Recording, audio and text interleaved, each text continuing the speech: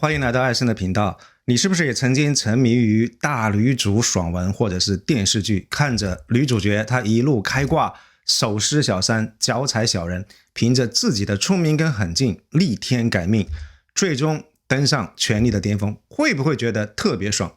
我们今天故事的主角钟富丽也曾经拥有一个让无数人艳羡的开挂的剧本，她是父亲钟庆后的唯一嫡女，是千亿娃哈哈商业帝国钦定的继承人。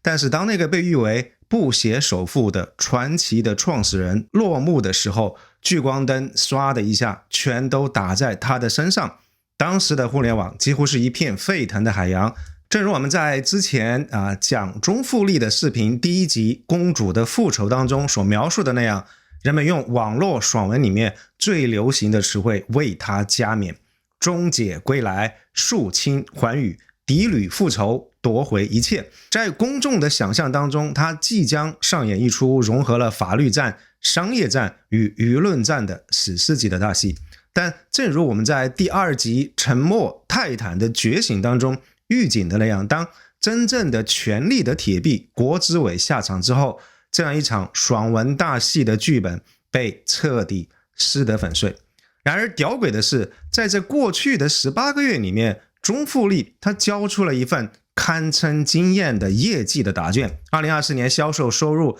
暴涨 53%， 创下历史新高，但商业上的巨大的成功却未能阻止他在权力斗争当中惊天溃败。我们没有见到娃哈哈帝国的全面复兴，反而见证了女主在政治上的众叛亲离。在这过去的18个月里面，钟富丽到底是怎么样能够做到同时得罪了国之伟、元老、禁卫军这3股核心力量的？这位曾经被寄予了厚望的继承者，以一种近乎自爆的方式被迫从聚光灯下的董事长的宝座退入幕后，将自己推向了一场前途未卜的权力博弈。10月10号，娃哈哈集团董事会正式通过他的辞职申请，为一个时代画上了句号。这个中间到底发生了什么？是一场精心策划的豪门宫斗戏，还是外部资本的恶意绞杀呢？其实都不是。钟富丽的败局更像是一场巨大的认知灾难。今天我们一块抽丝剥茧，复盘一下钟富丽是怎么样用100亿代价为所有沉迷于大女主幻想的人血淋淋的揭开了那5个足以致命的认知陷阱。那在我们拆解这些陷阱之前，我们必须要先理解一下钟富丽接手的究竟是一个怎么样的王国。钟庆后跟他创建的商业帝国，他们的权力结构是一个看起来非常精密但极其脆弱的叠叠乐的游戏。最顶端的那块积木就是钟庆后本人。几十年以来，他凭借着个人超凡的威望跟政治的智慧，在这个叠叠乐之上奇迹般的维持着一种动态的平衡。本频道的老朋友可能要说了，艾森，你这个权力结构都讲过好几回了。没错，但是请稍安勿躁，因为对于新朋友，要理解这个火药桶的构造，是看懂后面钟富丽所有自爆操作的唯一的钥匙。我们用30秒钟快速复盘一下这个三国杀的牌局。第一股势力是国之伟，持股 46%， 他是法理上的老大，但是在钟庆后的时代，他是一个沉默的泰坦，因为钟庆后是地方经济的定海神针，所以双方靠默契相处。而第二股势力是钟氏家族，持股 29.4%， 但内部分裂，一边是嫡女钟富丽，另外一边就是我们在第3集编年史当中深度剖析过的真正的实权派杜建英跟他的子女。他绝不是什么简单的圈外人，而是娃哈哈的创业元老跟曾经的2号人物，手握庞大的杜氏体系。有网友曾经一针见血地指出，当小红书在追捧钟富丽这个大女主的时候，杜建英的人生更像是一部现实版的爽文。而第3股势力是员工持股会，持股 24.6%， 这个是钟庆后非常精妙的一步棋，是他用来联合对抗国之伟的私人禁卫军。靠着中价 29.4% 加员工 24.6%， 可以合并超过半数的联盟，钟庆后才有可能实现事实上的绝对控股。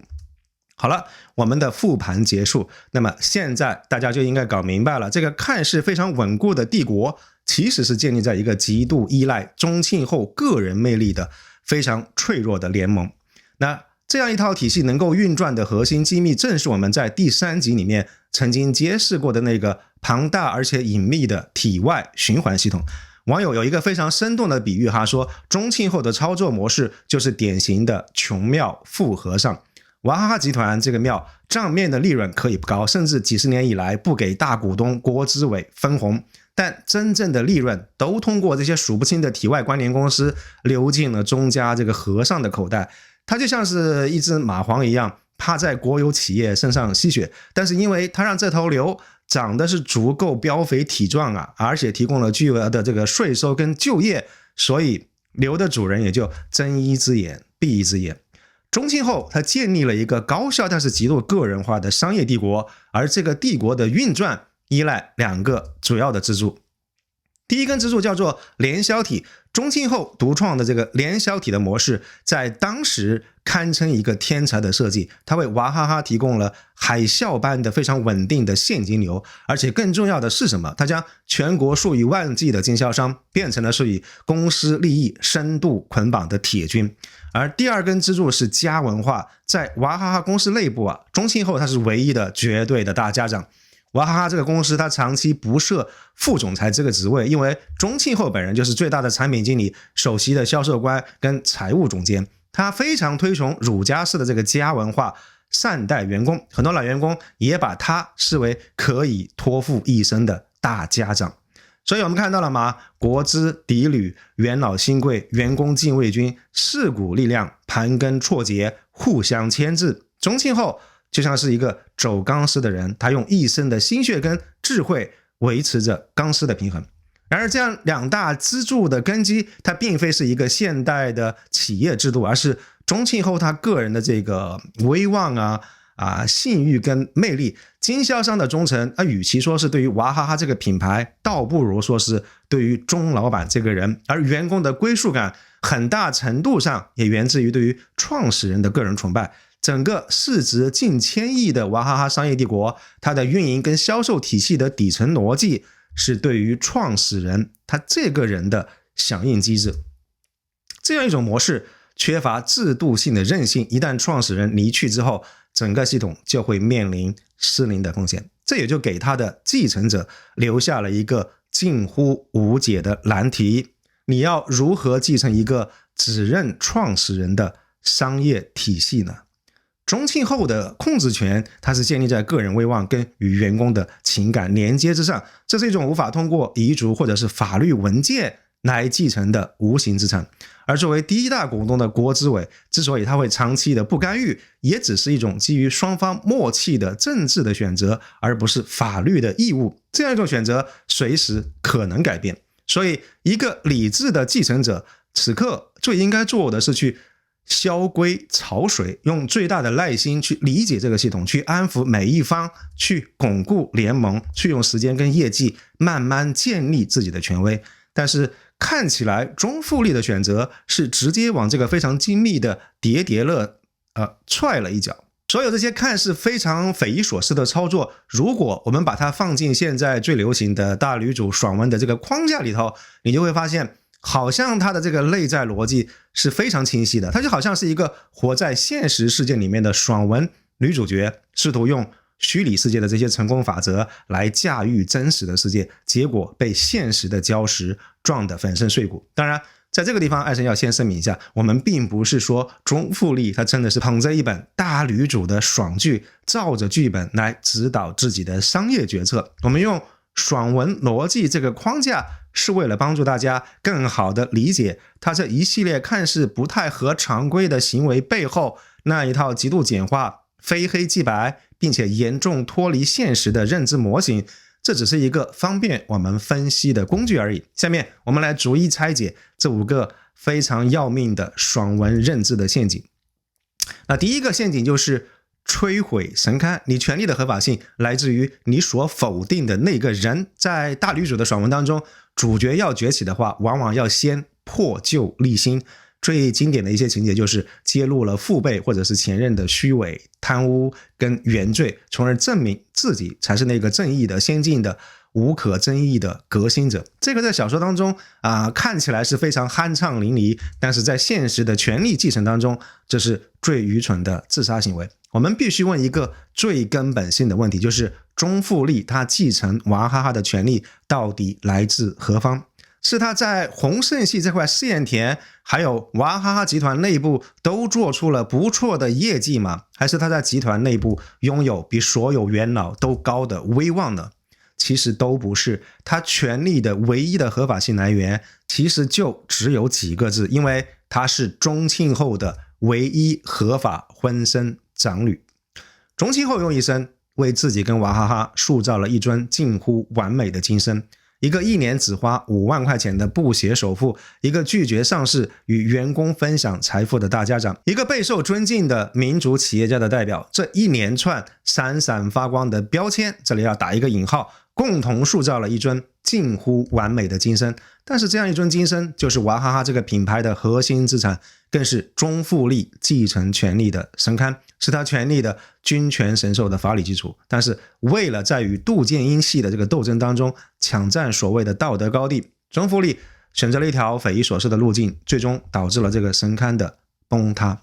导火索就是那样一份总计21亿美金的海外信托的协议，这份协议是钟庆后生前为了平息家族矛盾留下的一道防火墙。他的安排非常巧妙，让钟复利亲手去完成最后的注资，这个本来可以是一个让他施展人情一些手段来安抚自己的亲情，重新建立一个新平衡的机会。但是钟复利的选择，他不是简单的拒绝，而是主动进攻，他主动打开了潘多拉的魔盒，让钟庆后非常复杂的这个后宫这个家庭关系、非婚生子女的存在，以及规模庞大的离岸的财富安排都被全部曝光。虽然这样的确可以打击他的对手，但是公众眼中的那个曾经完美的人设瞬间崩塌了。那个纯粹的民主企业家变成了一个有着复杂私生活跟巨额海外资产的资本家。所以这个行为的连锁反应是致命的。网友有一个评论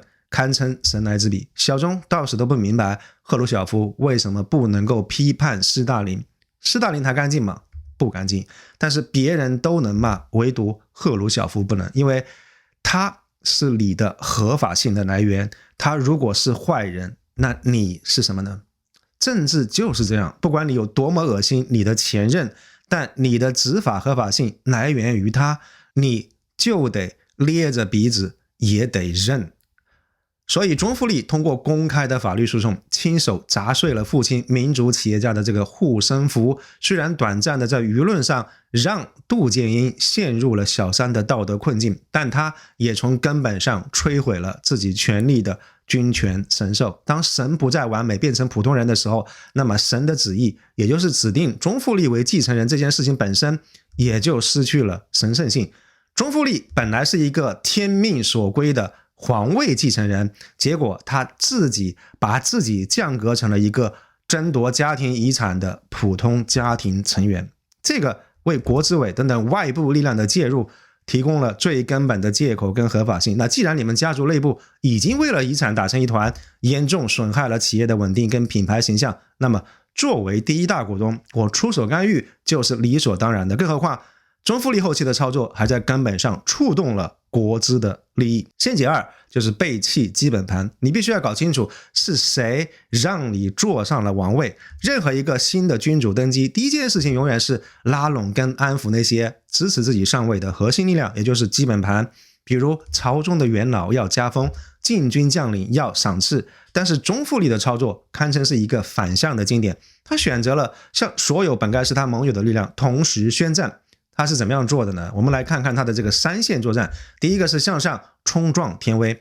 在前面几集我们已经聊过，在娃哈哈这个非常特殊的混合所有制企业里面，国资委就是天。钟复利却把钟庆后时代靠着巨大的贡献换来的这个互相之间的默契的授权，当成的是自己与生俱来的可以私人所有的产权。他试图将娃哈哈这样一块价值1000亿连接了几代人心血跟国有股份的共计387件娃哈哈系列的商标，通过一系列非常复杂的运作转移到自己100%控股的私人公司宏盛系的口袋里面。那这个行为在国资委的眼中性质是什么？这个就是侵占国有资产，是碰触了政治的最高压线。这个有点像是一个地方的节度使，你试图把朝廷给你的兵符跟玉玺都刻上自己的名字，这样一种行为必然会唤醒那个本来一直保持沉默的泰坦，并且招来雷霆反击。第二个，它是向下在掠夺禁军，那个持股 24.6% 的员工持股会是中庆后时代用来平衡国资、巩固家族控制权的禁卫军。他们的忠诚不是凭空得来的，是靠每一年实打实的远超市场水平的这个丰厚的分红换来的。而钟复利上任以后，非但没有加倍赏赐来换取这样一支禁卫军的效忠，反倒做了一件让所有人都瞠目结舌的事，他试图以一个远低于公有价值的白菜价强制回购他们手中的股份，这个等同于是在公开抢劫禁卫军的军赏跟铠甲。而且更狠的是什么？就是一个新的绩效考核的方案，要求核心业务部门的 C 档跟 D 档的员工比例占到 45%， 有些部门甚至高达 50%， 这个意味着将近一半的员工随时有可能会被淘汰。这种非常冰冷的 KPI 管理，把原本忠心耿耿的员工推向了自己的对立面。这种行为不仅仅是商业上的短视，更是情感上的背叛。它迅速的摧毁了数十年以来建立起来的信任，导致这样一支本来应该最忠诚于钟家的力量，为了自保迅速倒戈，跟国资委站到了一边。第三个是向内清洗肱骨之臣，那些跟着钟庆后一块打天下的创业元老是维系企业稳定运行的压舱石，他们或许思想有些成就，或许可能还会有一点点小的自己的小金库或者是小贪污什么的，但是他们掌握着企业的运营的细节、人脉网络跟无数不成文的潜规则。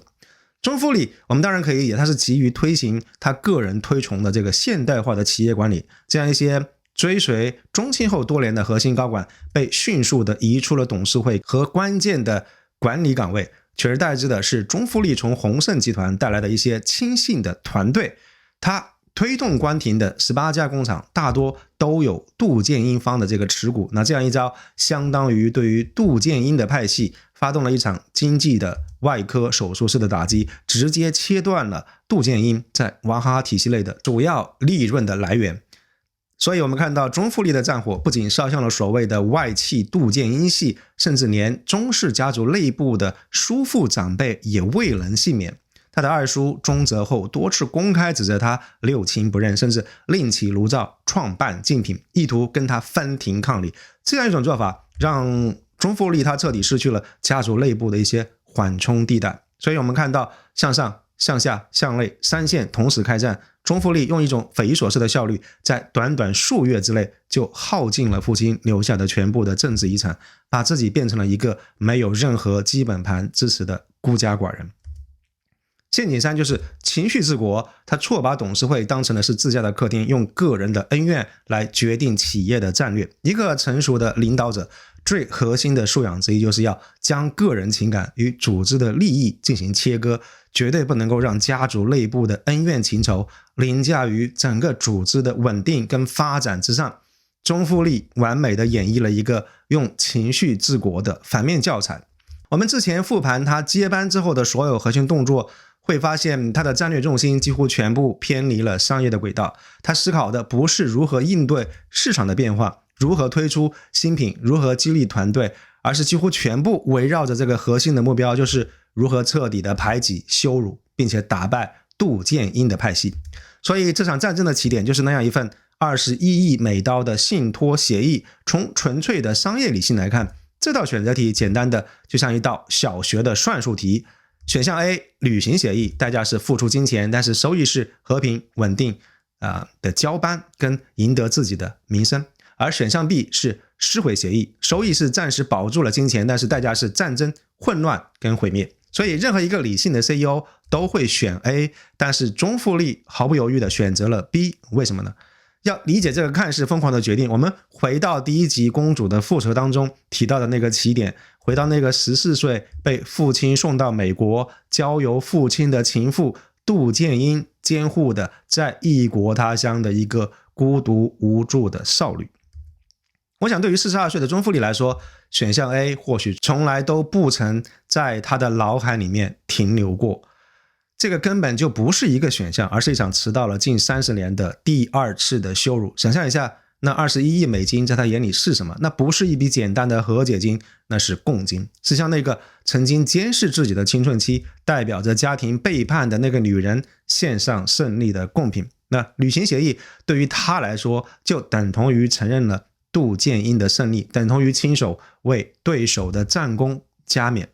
这更意味着要背叛那个曾经在加州每一次伸手要生活费都可能需要看人脸色的14岁时候的自己。这个是要告诉那个孤独的女孩，在隐忍了30多年之后，最终的结局不过是花钱买和平，是向自己的人生宿敌低头。从这个心理的层面来看，我们或许能够明白选项 B 无论在商业上多么具有毁灭性，却有可能是他唯一在情感上能够接受的选择。这个或许不是为了省下21亿美刀，我们不得而知，也有可能是为了打响一场迟来的战争，为了一个亲手改写结局的机会。所以我想，或许不是简单的情绪治国这种解释，这是一种由深刻的创伤驱动的致命的执念。他将整个娃哈哈集团的命运当作是了治愈自己童年伤疤的筹码，毫不犹豫的推上了赌桌。他赌的不仅仅只是100亿的家业，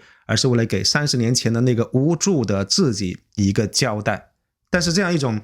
将个人恩怨与企业的治理彻底混淆的行为，还是让他所有的决策都带上了浓烈的悲剧色彩，失去了作为企业最高领导者应该有的冷静、客观跟远见。所以最终这样一场由他自己亲手挑起的家庭的战争，不仅没有让他赢得胜利，反而制造出了巨大的混乱，为所有外部力量的介入打开了大门，并且遭到了商业规律无情的反噬。说到底，他还是忘记了有一位网友一针见血的评论：成年人的世界只看筹码跟交换，没有人有义务为了你的正义跟复仇而牺牲自己的利益。陷阱是舆论的幻象，以为网络的声量就是真实的权利。在爽文当中，一般的逻辑都是这样的：女主角发一篇小作文，引导一下舆论，就能够激起山呼海啸般的民意，最终让反派众叛亲离。在这个逻辑底下，舆论几乎等同于一种终极的权利，而钟馥莉呢，恰恰是这种舆论魔法的成功的实践者，甚至可以说是顶级的玩家。大家还记得吗？我们在第1集跟第2集的视频当中曾经详细的剖析过，这样一场辞职风波当中，面对内部元老跟外部杜建英派系的联合逼宫，钟馥莉他成功的打出了一张石破天惊的王牌，通过一封精心设计的辞职信，成功的将一场内部的权力斗争渲染成了地方国之打压锐意改革的民营企业家的公共事件。那一战他赢了，而且赢得非常漂亮。山呼海啸般的网络舆论最终迫使他所有的对手妥协，让他得以胜利的姿态官复原职。但是或许正是因为这样一场教科书级别的舆论战的胜利，让他掉进了自己挖的第4个陷阱，也就是他可能产生了路径依赖，误以为舆论可以解决一切问题，是一张可以无限透支的免死金牌。于是在之后我们看到他与杜建英派系的继承权之战当中，他的团队故技重施，在社交媒体上，钟馥莉被塑造成了一个隐忍多年备受委屈的正宫嫡女，对抗着贪婪的小三跟私生子。这样一场嫡女复仇记的剧本迅速的占据了微博跟小红书，为他赢得了巨大的同情跟舆论的支持。但是他忘记了舆论这把武器能载舟亦能覆舟。他的第1次胜利是因为他的这个叙事保护民营企业家站在了当时政治正确的顺风口。但是这一次，当他为了攻击杜建英系而将父亲的巨额海外信托、复杂的家庭关系公之于众的时候，舆论的风向开始悄然的逆转，公众的焦点从豪门恩怨迅速转移到了一个更敏感也更危险的问题，就是这些钱哪儿来的？有没有侵占国有资产？当初用来攻击农夫山泉的民主企业家人设，如今变成了砸向自己父亲跟整个娃哈哈集团的回旋镖。而当他再次试图上演釜底抽薪，将娃哈哈的商标转移到自己私人公司，他已经彻底碰触到了侵占国有资产这样一条最高的高压线。他面对的就不再仅仅只是一个被舆论左右的沉默的泰坦了。现实世界的权力运作有另外一套完全不同的冰冷的逻辑，决定娃哈哈命运的不是小红书上的点赞跟评论，而是持有 46% 股权的杭州上城区国资委的董事会决议，是悬在所有混合所有制企业头上的纪委监委的达摩克利斯之剑。最终我们看到杭州市上城区的纪委对他的心腹严学峰的立案审查，就是国家机器用最清晰最不容置疑的方式告诉所有人，我们不看小红书治国。中富力它混淆了两种权利，一种是能够影响大众情绪的叙事权，另外一种是能够决定资源分配跟人事的结构性权利。他因为一次非常成功的叙事而迷信了这个叙事权，最终却因为碰触到了结构而被结构性的权利无情的碾碎。陷阱5是主角光环综合症，也就是单挑世界与现实的残酷法则。爽这个字是所有爽文不管是文学或者是短剧的核心追求，而爽的顶点往往是快意恩仇的复仇时刻。女主角她隐忍布局，最终让所有曾经欺辱过她的人都得到了报应。在爽文里面，女主角往往会被赋予强大的主角光环，这个光环让她能够以一己之力同时对抗来自于四面八方的多个强大的敌人。她不需要盟友，因为她就是最强大的力量。但是这样一个思维呢，有两个非常致命的谬误。第一个谬误就是对错大于利益。钟富力可能会坚信，作为宗庆后法律上承认的独生女，她继承全部的家业是天经地义的。而杜建英派系的诉求则很明显是贪得无厌的错，他把这样一种斗争定义为一场捍卫自己正确地位的圣战。但国资委股东的核心利益是国有资产的安全跟保值增值，他们不在乎你们中家到底谁对谁错，他们绝对不能够容忍有人掏空他们持股的企业。而娃哈哈老员工的核心利益是工作的稳定跟文化的延续，他们不关心董事长的这个私生活，他们绝不能接受自己突然间就要被优化掉。经销商的核心利益是稳定的赚钱，他们不在乎老板是谁，但是他们没办法容忍渠道政策的巨变跟品牌的动荡，因为这样会让他们的利益受损。而中富力为了捍卫自己心目当中的这个对，系统性的损害所有其他利益相关方的利益的时候，他就必然会成为所有人的共同的敌人。那第二个谬误就是主角单挑世界的幻觉。统一战线是一个非常老的词汇，但却也是生存法则的不二法门。钟庆后本人就是一个深谙此道的大师，他用几十年时间在国资、经销商、员工跟政府之间构建了一个虽然很脆弱，但却能够有效运转的利益联盟。他知道在不同的时期向不同的对象让渡部分的利益来换取整个系统的稳定。但是钟富力呢，他似乎相信他因为有主角光环，所以可以凭借这个继承人的身份单挑整个旧体系。但是当他四面出击的时候，他所面对的就不再只是一个一个独立的对手，而是一个被他的行为所催生出来的、所激怒的反对他的统一战线。而最终他不是在单挑世界，而是被他亲手团结起来的世界所抛弃了。所以在用法律战跟舆论战将对手拖入泥潭以后，钟富力终于亮出了他真正的底牌，发动了这样一场釜底抽薪的终极政变，也就是洪胜化。到底什么是洪胜？对于一直追看我们系列视频的朋友来说，这个名字不陌生。正如我们在前几集视频当中所详细揭示的，洪胜集团就是钟富力在娃哈哈这个 A 面帝国之外苦心经营十几年，由他100%控股的 B 面帝国。它早已经不再是一个简单的代工厂，而是一个掌控着娃哈哈上游供应链跟部分核心产能的庞大的体系。钟庆后在世的时候，洪胜是 B 面，是平衡各方势力的棋子。钟庆后离世，钟富力掌权，洪胜的角色立刻从棋子变成了武器，是一把用于彻底掏空并且取代旧帝国的终极武器。钟富力的战略非常清晰，但是也冷酷无情。那既然没有办法在法律上完全拥有那些股权混杂的旧的娃哈哈集团，那就干脆将它掏空，将它的灵魂包括生产能力、销售渠道、品牌资产跟核心的团队逐步转移到一个他能够完全控制的新的身体，也就是宏盛之中。所以我们看到，在他的父亲去世短短1年多的时间里面，这样一场蚂蚁搬家式的掏空行动以惊人的速度在推进。生产上，娃哈哈的订单越来越多的流向宏盛控制的工厂，渠道上，经销商被要求与宏盛旗下的销售公司签订新的合同，人事上，核心员工的劳动合同被改签到宏盛旗下。最致命的是品牌，他一度试图将娃哈哈那个所有的387件核心商标全部转移到自己的公司名下，虽然最终被国资委叫停，但他的意图已经是司马昭之心，路人皆知了。那这已经不再是商业操作，这其实等同于事实上的急行军式的私有化。中富力试图用这样一种方式一劳永逸地解决娃哈哈所有权的死结，但是他把自己完全暴露在了巨大的法律跟政治的风险底下，尤其是那样一顶足以致命的帽子，就是侵吞国有资产。而在本场政变的最后阶段，一个名为娃小钟的新品牌被推向市场，这个品牌完全由宏盛体系拥有跟运营，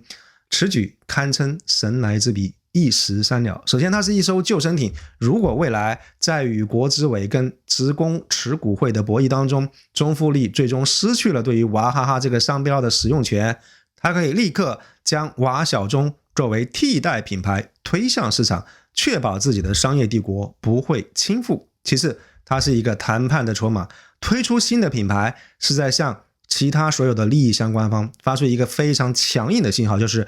中富力它有能力也有意愿在没有旧品牌的情况底下另起炉灶，这个极大的增强了它将来在谈判桌上的议价能力。而最后，娃小钟这个品牌非常巧妙地借用了父亲钟氏的这个姓氏的遗产，但又明确地宣告了一个由小钟，也就是他中富力本人主导的新时代的开启。这个新时代的象征承载着他巨大的野心。据传，中富力为娃小钟定下了全年300个亿的销售目标，这相当于再造大半个娃哈哈。这不仅仅是商业布局，也是他向所有对手发出的最强硬的战术。但是这个看似精妙的宏盛化的战略，最终却也成了压垮他的最后一根稻草。中富力为此付出的代价是极其惨痛的。表面上来看，他辞去了董事长的这个 title， 似乎被彻底清扫出局。但是如果我们因此就断定这已经是终局，那还是低估了这场权力游戏的复杂性。就在中富力的辞呈获得批准的同时，一个关键的人事任命暴露了他真正的后手。新上任的娃哈哈集团的总经理名叫许思敏，公开资料显示，此人长期担任中富力嫡系宏盛集团的法务部长，是他最核心的心腹之一。这是一个非常典型的以退为进的布局，是一场私民真实的博弈。中富力他放弃了那个众矢之的的董事长的头衔，却将日常经营的最高实权交到了自己人的手中。